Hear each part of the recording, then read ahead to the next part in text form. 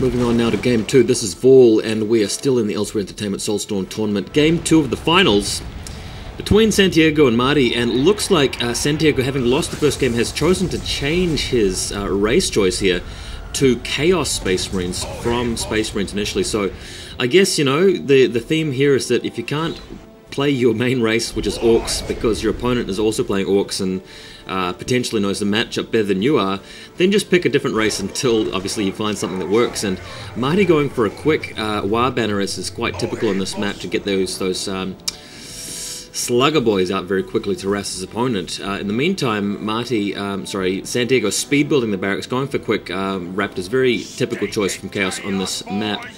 And yeah, really interesting. He sent out a Heretic first of all, and Marty has denied that the opportunity to actually build a quick turret or something like that in the middle of the map to control that area, but that gambit has not worked on Santiago's behalf.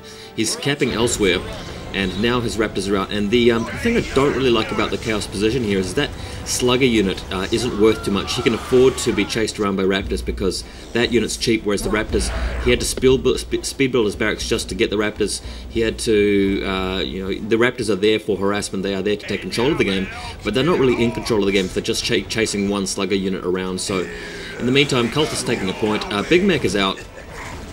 And how will Santiago fare? Will he be in more control now that he's playing Chaos? Who knows? This map was chosen by him, of course, so he has lined up this particular race and strategy for this map. He did get to choose Outer Reaches, which is the map we're on. So we'll see how he makes use of that. In the meantime, Marty just leading these Raptors in a wild goose chase around the map. He's got a second unit of Raptors on the way. What will become of them? In the meantime, Big Mac popping away at these cultists, unfortunately for them, killing one already. That Big Mac, very powerful hero earlier on in the game. Obviously that teleport function makes him very dangerous. In the meantime, Raptors looking around for a decent target, finding the Gretchen running back.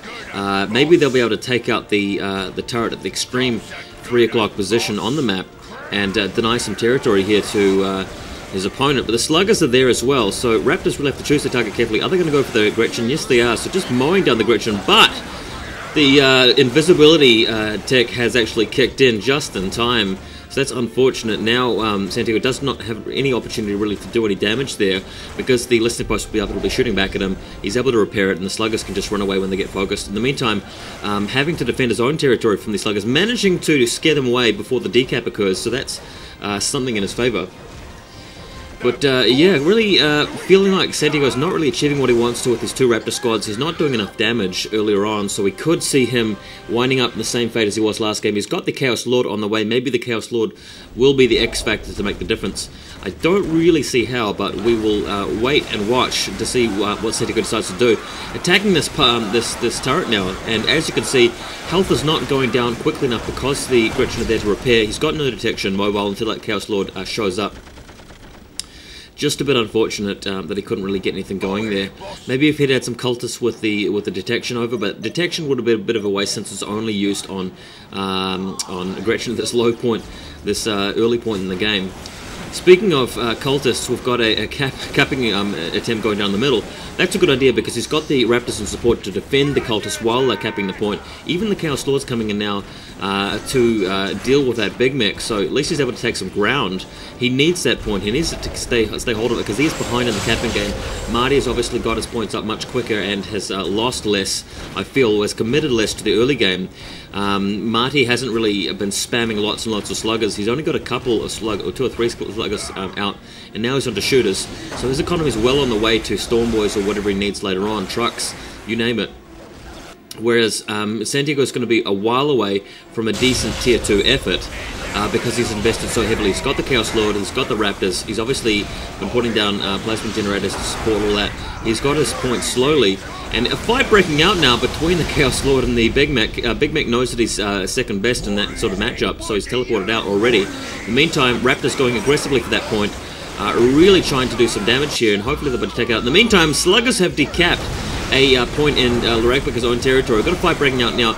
Looks good for Marty because he's got the shooters in support, but being engaged by Raptors there, they're having to retreat, and looks bad for the Big Mac. Big Mac's under attack from the Raptors. He's going to get it. Nice job there by Santiago surrounding him. Is that Chaos Lord in good health? Looks to be so. and this LP2 should be able to go down. So a small breather here from Santiago to be able to get back in the game. In the meantime, losing Cultist, losing a point up to the north, and still hasn't taken out that point. What is he doing? Not actually focusing on it, and the Gots are repairing it. Why isn't he taking that out? Oh, that's going to cost him. I don't know why he hasn't decided to stick in there and destroy that point. He could have taken it. He could have decapped it.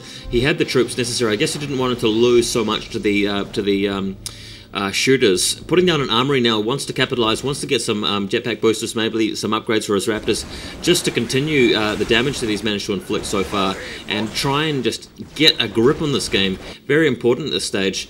Maybe get some plasma pistols or something that will be useful, just to stem the tide of Orks and keep the numbers in control. Do a bit of crowd control there.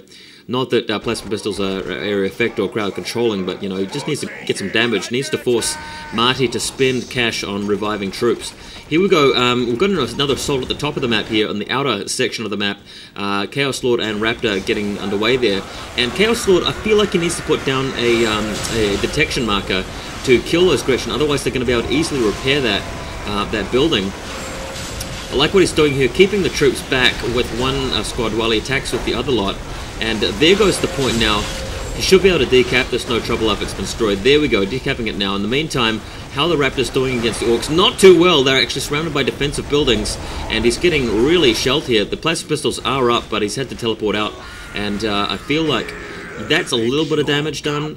He's kept himself in the game with that, but yeah, he really is just still in Tier 1. 1.5 we should say.